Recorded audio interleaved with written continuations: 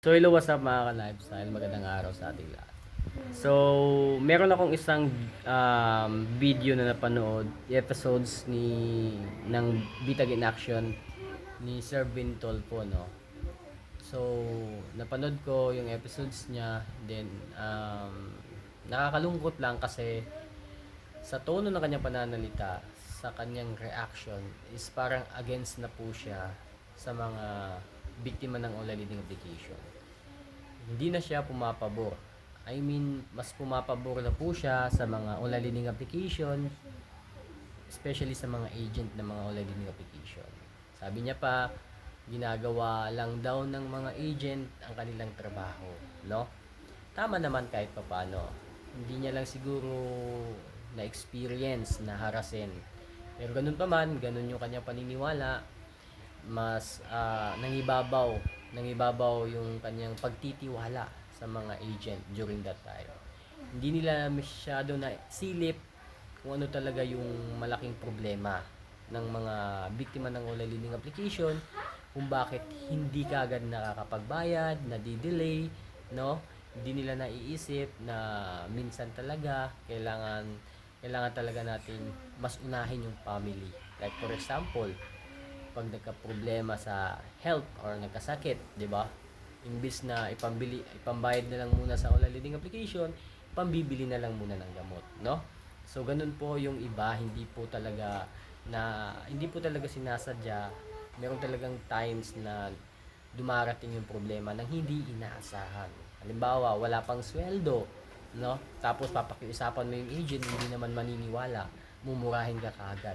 Ganun yung mga nai-experience ng mga biktima ng online lending application. Nakakalungkot lang kasi this time, kumbaga, pumapanig na siya, pumapabor na po siya sa mga online lending application. Tama naman sila kahit papano. If nangungutang tayo, kailangan po talaga natin isipin yung responsibilidad natin, no? Kailangan po talaga na ating bayaran, ano? Yes, hindi nila naisip lang yung konting problema na posibleng nangyayari, no, sa mga biktima ng online lending application. Kaya minsan yung iba talaga biktima ng online lending application, kayang-kaya naman po bayaran. Yung hindi lang talaga nilang kayang masikmura mga ka-lifestyle is yung pamamahiya, panghaharas ng mga online lending application agent, no? Sabihin na natin na yung mga online lending application agent sumusunod lang sa kanilang superior. Ganun pa man, no? Labag po yan sa batas. Labag po sa batas ng Pilipinas yung ginagawa nilang panghaharas, no? Kaya whether they like it or not, may karapatan din po tayong mag-complain against sa kanila mga ka-lifestyle, ano. So again, sa napanood kong episodes ni Sir Bin Tulpo, medyo nadismaya ako ng konti kasi hindi na siya pumapabor sa mga biktima ng online lending application this time, no? Pinapangaralan niya na po yung mga biktima ng online lending application na kumbaga pinapagalitan, pinapangaralan, no? Yun po yung kanyang pakikitungo as of now sa mga biktima ng online lending application. Kaya kayo, kung meron kayong plano pumunta kay Sir Ben Tulpo, mag-complain, wag na lang po. Kasi baka mapahiya kayo. Kasi papagalitan po kayo niyan. Papangaralan po kayo, sasabihin, bakit ka umutang? Wala ka namang pera pambayad. Ano? Ganyan po yung sasabihin niya malamang. Wag na lang mangutang kung wala namang ah, paggagamitan ng pera.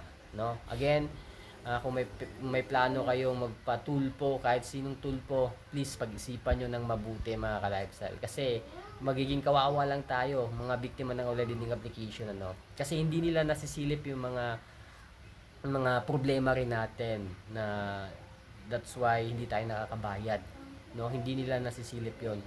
Iniisip nila kasi yung mga agent nagtatrabaho lang. Hindi nila alam na yung ibang agent is balasubas talaga, no? Mangtas talaga, no? Hindi nila alam 'yan.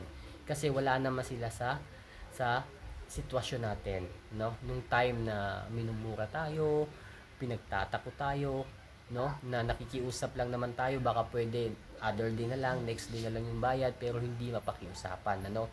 So yun yung mga hindi nakikita ng mga Tulpo brothers as of now.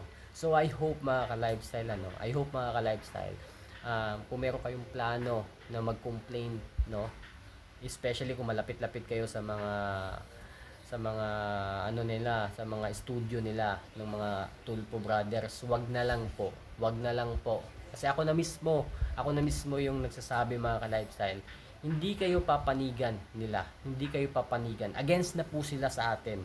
No, pangit na po yung paningin nila sa mga biktima ng online leading application.